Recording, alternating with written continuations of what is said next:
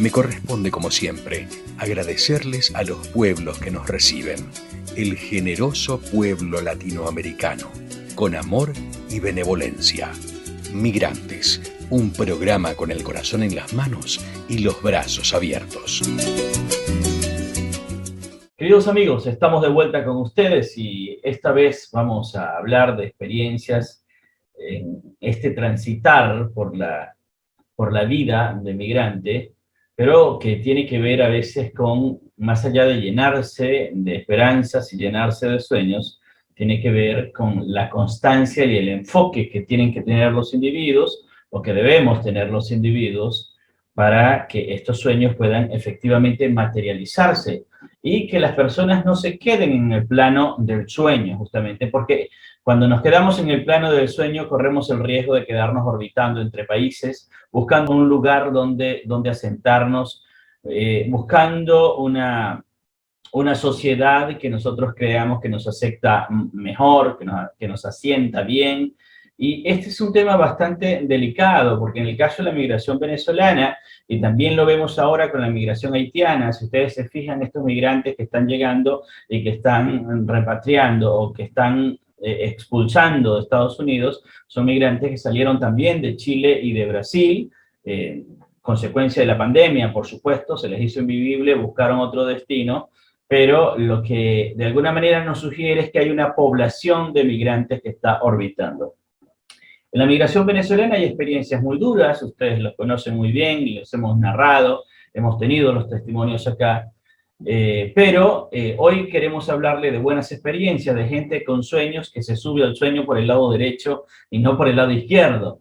Y con ese ejemplo hemos traído con nosotros a José Rafael Urbina. José Rafael Urbina es un abogado venezolano graduado en la Universidad del Táchira con una amplia experiencia en varios niveles del Poder Judicial o del aparato judicial de Venezuela, en el ejercicio del derecho penal y seguramente algunas otras áreas del derecho, también en la docencia, me ha comentado, y lo tenemos hoy con nosotros porque ha transitado todo este proceso de migración, está todavía, por supuesto, como la mayoría de los venezolanos, con las heridas frescas, con los duelos frescos, pero lo está procesando y ha tenido mecanismos de regulación que le pueden servir a otros, pero además su experiencia es un gran ejemplo para los otros migrantes que están en este momento buscando calibrar las brújulas. Doctor José Rafael Urbina, muy buenas tardes, te damos la bienvenida. Hola José, muchas gracias por la invitación, gracias por permitirme compartir la experiencia. Y bueno, en principio lo he asumido, que la migración no es un cuento breve, no es una carrera de 100 metros, es un maratón, es un proceso bastante largo y hay que visualizar, hay que proyectarse hacia dónde debemos orientar este proceso y acorde a eso, pues ir haciendo todo lo que se necesita. Sí, así es. José, ¿cuándo saliste de Venezuela? ¿Y cómo fue ese periplo que hiciste? Bueno, afortunadamente yo reuní un dinero con la venta de un vehículo y me vine en forma directa desde un vuelo Caracas-Buenos Aires, así que fue sencillo el viaje. De todas formas, ya yo venía de alguna forma programado cuál era mi intención, mi deseo en Argentina, en principio porque Argentina lo había visto como uno de los países que facilitaban la regulación migratoria. Y efectivamente, no pasó un mes de estar acá en territorio argentino cuando pasé de la figura de turista que uno ingresa a tener la denominada residencia precaria y obtener en pocos meses, 5 o 6 meses, la residencia temporal. Pero ya me había traído incluso la mayoría de mis documentos, universitarios específicamente, apostillados. El único que no pude apostillar fue el título de abogado, porque venía programado ya hacer la solicitud de la convalidación. Y esto ha sido un proceso largo. Primero, por eso, pues faltaba apostillar el título y afortunadamente hay una norma que nos dispensa a los venezolanos por razones humanitarias, sabiendo las dificultades que hay para tramitar nuestros documentos, y pude salvar eso. Pero de alguna forma, como te dije, ya venía programado en orientar las cosas hacia allá, poder ejercer la profesión, aunque me ha tocado, pues como todo migrante, realizar cualquier actividad para poder sostenerme, desde lavar platos y limpiar pisos. Y bueno, actualmente sí ya estoy un poquito no, mucho más cerca de la dirección hacia donde estoy orientando todo esto. Claro. Hay un tema muy interesante, y lo terminas de mencionar, de lo que nos toca transitar, de lo que nos toca vivir. Si bien todos los trabajos, por supuesto, son muy dignos, el trabajo siempre dignifica, mucha gente sale con un haber en formación académica muy alto, y eso a veces también les juega en contra, porque lo que sienten es, mira, estudié 40 años, estudié 45 años, o que estudié 30 años y no me merezco esto, ¿no? Pero la realidad te está bofeteando y te estás diciendo, bueno, esto es lo que estás transitando y esto es lo que hay. ¿Cómo asumiste tú toda esa conflictividad interna que se genera cuando vas a un trabajo que en tu país nunca hiciste, porque tenías un estatus, porque tenías una formación y porque tenías recursos que te evitaron, que te pasearon por otro lugar? Claro, ahí tiene que ver mucho con la personalidad de cada quien. Eh, de repente, algunos por cualquier cosa no realizaron nunca esas actividades, pero yo, dentro de mis reflexiones, pues apreciaba que antes de ser profesional, y eso que yo me gradué de abogado muy joven, yo me gradué de apenas 21 años, pero sí había asumido como estudiante, como hijo, todos esos roles que uno desempeña, pues disposición a todas esas cosas, a todas esas actividades. No me impactaba tanto realizarlo, porque siempre lo hacía bajo una visión: esto es provisional, estoy haciendo lo necesario para avanzar hacia el otro peldaño, y mientras tanto lo hago con mucho placer. Incluso dentro del grupo de otros extranjeros o de nacionales argentinos con lo que compartía, terminaba siendo el motivador, el que le ponía ánimo o buena onda, como dicen acá, a la actividad, porque el hecho de que esté haciendo uno algo pesado, si le pone una actitud baja o de esa naturaleza, lo va a sufrir más. Entonces tenía que cambiar la actitud, y pensando en eso, pues lo lograba. Aquí en Argentina he empezado a seguir un personaje público, un médico, el doctor Daniel López Rossetti, creo que se llama. He leído parte, y él analiza mucho elementos y aspectos emocionales, y de verdad me ha servido bastante las conferencias o los libros que él escribe dentro de toda esta dificultad emocional por la que pasa uno. Claro, por supuesto. Es muy importante esto que dice. De pronto la actitud hace que se digieran de manera mucho más suave, o que sean más digeribles los duelos y las circunstancias que se están pasando. Pero bueno, ¿qué tuviste que hacer en tu proceso de homologación de tu título? Entiendo que estás ya en la recta final de este proceso. ¿Está llegando un abogado nuevo a Argentina? O está recién llegado un abogado nuevo o viejo, está recién llegado. ¿Qué es lo que tienen que hacer para homologar sus títulos, para tratar de ejercer su profesión acá? Debo resaltar algo. Con los abogados hay una dificultad adicional a las demás profesiones. El abogado se forma con la concepción, más que con las herramientas intelectuales, pero es con la concepción de quedarse sujeto o atado a un lugar en forma permanente. Pues está estudiando todo lo relacionado con ese país. Incluso en Venezuela, mucha gente lo denomina abogado de la República. Eso tiene un elemento que le genera una mayor dificultad.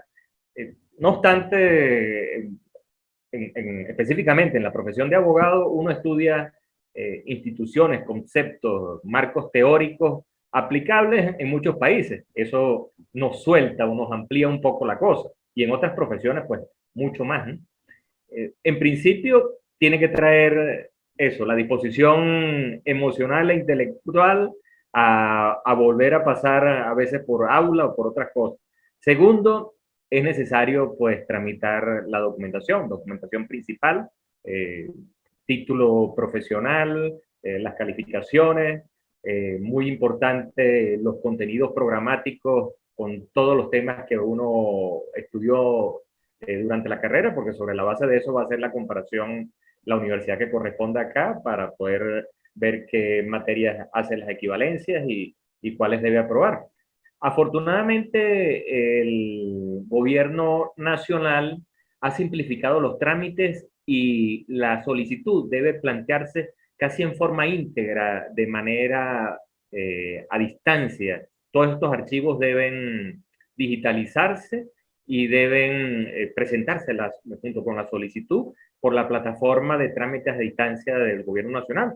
Se formula ante el Ministerio de Educación de la Nación y ahí evalúan que uno reúna todos los requisitos. Este proceso es largo, hay que ser insistente, hay que ser paciente.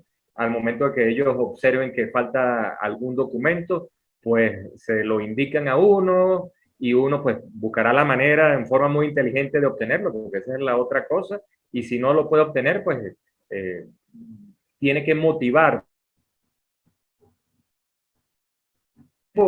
Desafortunadamente a mí me correspondió con la pandemia todo esto, pero afortunadamente lo finalicé en el diciembre del año pasado y luego ellos me autorizaron a seleccionar una universidad nacional en la cual entonces se iba a continuar con la fase, por decirlo, sería académica, universidades en distintos lugares del país y uno por distintas razones pues va a escoger la que más le convenga.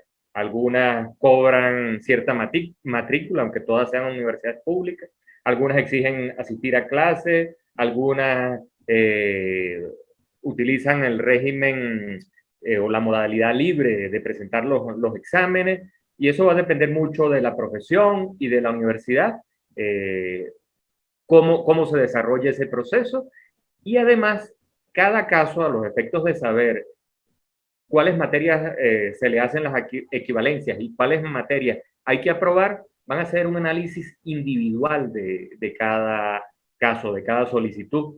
Y bueno, dependiendo de eso va a tardar un poco o más y dependiendo también del tamaño de la universidad. Así que con todo esto hay que llenarse de mucha paciencia para ir avanzando.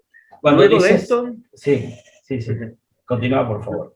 Luego de esto, pues ellos determinan cuáles materias son equivalentes y cuáles debe uno aprobar. Y como te dije, dependiendo del análisis del caso específico, ya lo va a aprobar asistiendo a clases o lo va a aprobar por la modalidad libre, cualquiera de esas. En mi caso me correspondió con la Universidad Nacional del Nordeste, ubicada en la ciudad de Corrientes, y lo estoy haciendo bajo la modalidad libre, así que no tengo que ir a clases, sino preparar los contenidos para rendir los exámenes en las oportunidades que ellos establecen.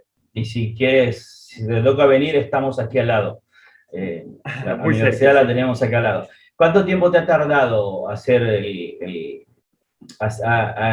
hacer que continúe el proceso una vez que lo introdujiste en este sistema virtual? ¿Cuánto te tardó para la llamada, para la asignación? ¿Cuánto tiempo tienes en el proceso? Esa solicitud la formulé en diciembre del 2019. Ha transcurrido tiempo, como te digo, pues es para todos una realidad que a partir de marzo del 2020 todas las instituciones públicas funcionaron con mayor lentitud y bueno, eso retrasó la agilización del trámite. Y bueno, ahí no nos angustiamos mucho por eso, porque había que estar lleno de paciencia. Pero además de lo que es estrictamente el procedimiento formal y todo esto que te estoy diciendo, hay que complementarlo con otras cosas, porque como tú bien decías, nosotros, la mayoría que ya tenemos cierta edad, venimos con experiencia. Entonces no es que simplemente necesitamos el título, necesitamos darnos a conocer profesionalmente, necesitamos conocer a los colegas, necesitamos conocer la realidad de nuestra profesión en el lugar donde nos encontramos. Y este es otro proceso que hay que hacer paralelamente, para lo que no hay un manual, para lo que no hay un trámite muy específico, pero hay que involucrarse dentro del medio para acercarse. Eso ha sido otra cosa que he ido llevando en forma progresiva. Qué bueno. José, los contenidos programáticos en las universidades de Venezuela son relativamente iguales en el área de Derecho. Yo tuve la oportunidad de conocer algunas facultades de Derecho y son relativamente iguales, ¿no? ¿Cuál es la diferencia o cuántas materias te homologaron acá o te hicieron equivalencia?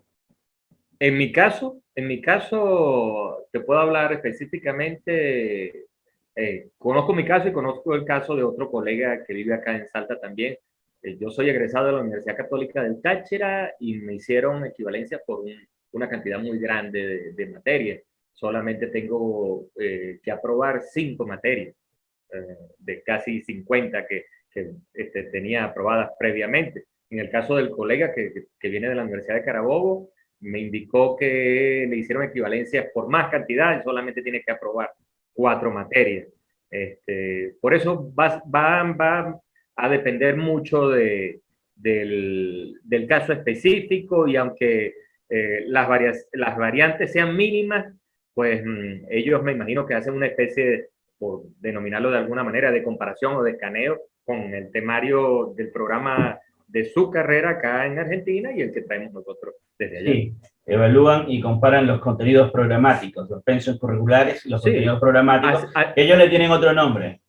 Sí, asimismo, dentro de los recaudos que hay que presentar, si bien, por ejemplo, los contenidos programáticos son unos requisitos necesarios, que no se dispensa o no se disculpa la ausencia.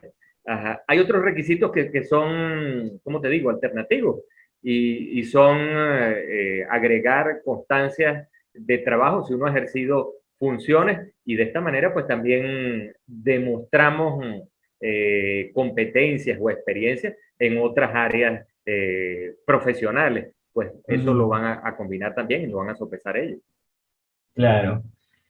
Qué interesante todo esto y qué útil para las personas que están llegando. José, Argentina atraviesa un momento especial que para nosotros no es nuevo ni tan grave, porque venimos del futuro, suelen decir algunos, y en este venir del futuro nos hace estar familiarizados con ciertos procesos de las crisis que viven los países en América Latina, pero acá en Argentina en particular hay una situación política y económica un tanto difícil, de lo cual se está hablando mucho en las esferas políticas y en las esferas sociales. ¿Cuáles son las expectativas de José Rafael Urbina? Mira, yo tengo una visión diferente de eso. Sobre todo leyendo al doctor Carlos Rangel, su famoso libro del buen salvaje al buen revolucionario y otras obras. Ya en el año 1974, te estoy hablando de lo que llamaban la Venezuela saudí. Aquella frase que solamente los venezolanos la entendemos, de está barato, dame dos, de algunos ir los fines de semana a Miami de compras. Y ahí la advertía que nos viéramos en el espejo de Argentina. Advertía lo que había sufrido Argentina con el quiebre institucional en la década del 30, en la década del 40 del siglo XX, y todos los traspiés que había, y para ese momento pues ya bajo una dictadura militar.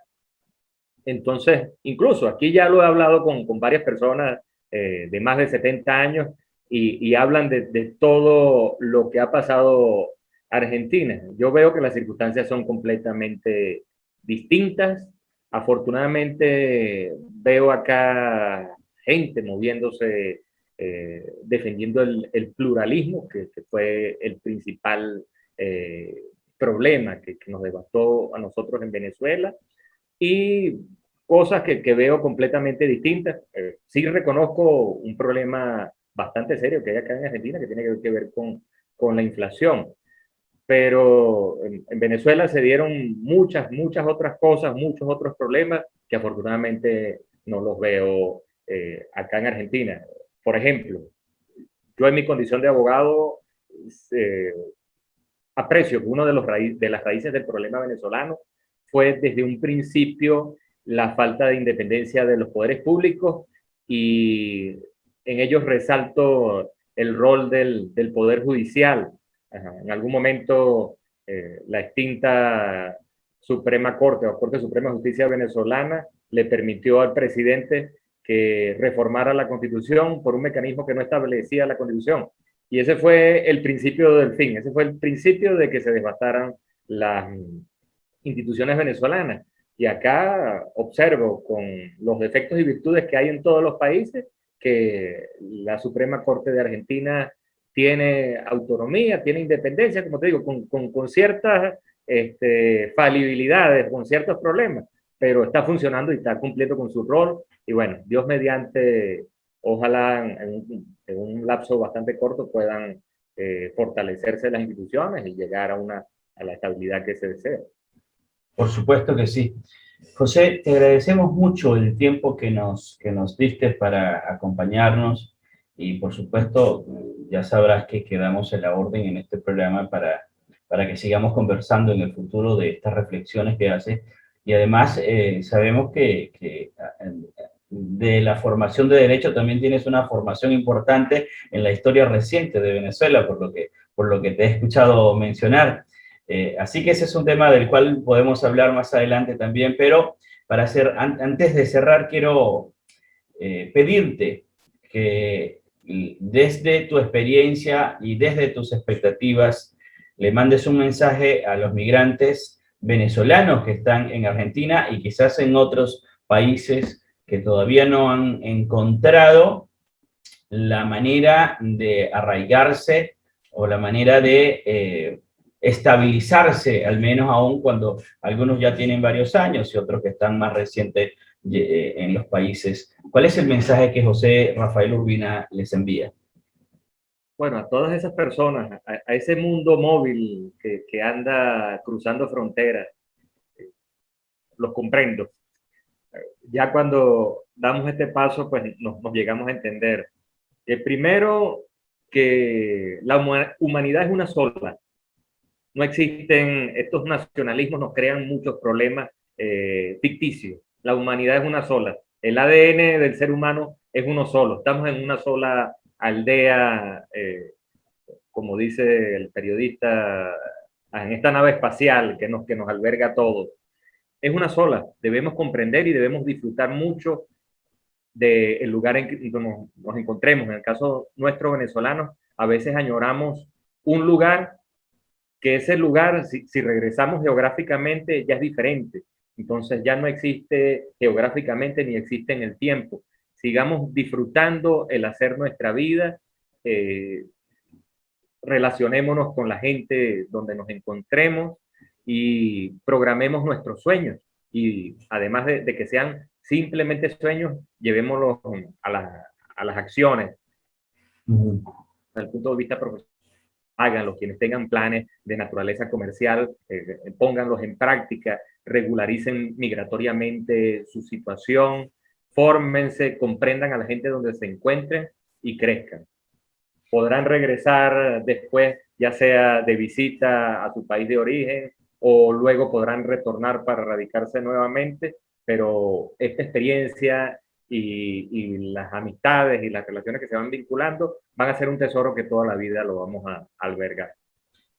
Sí, bueno, muchas gracias, José. Una última pregunta para que me la respondas brevemente. ¿Una visa de movilidad humana en Latinoamérica sería útil para los ciudadanos de este continente? Sí, buenísimo. Tendríamos que pues también comenzar un proceso de entendimiento de qué significa, porque mucha gente la rechaza de buenas a primeras, pero sería un avance tremendo. Excelente. José, vamos a hablar de la visa de movilidad humana en Latinoamérica en una próxima conversación. Por ahora te agradezco mucho este encuentro con nosotros y el vínculo que nos ha armado también nuestra querida amiga Liliana, una excelente profesional y filántropo. que está trabajando con la migración venezolana en inserción laboral. Y bueno, nada, José, expresarte mi admiración por esa actitud que tienes frente a la vida, aún en las dificultades, y por la manera como has manejado y has logrado surfear todas las situaciones que se te han presentado. Desde aquí un gran abrazo y seguimos en contacto. Muchas gracias, José. Ya después estaremos hablando cuando termine de aprobar mis materias y ya quede más cerca de obtener la convalidación.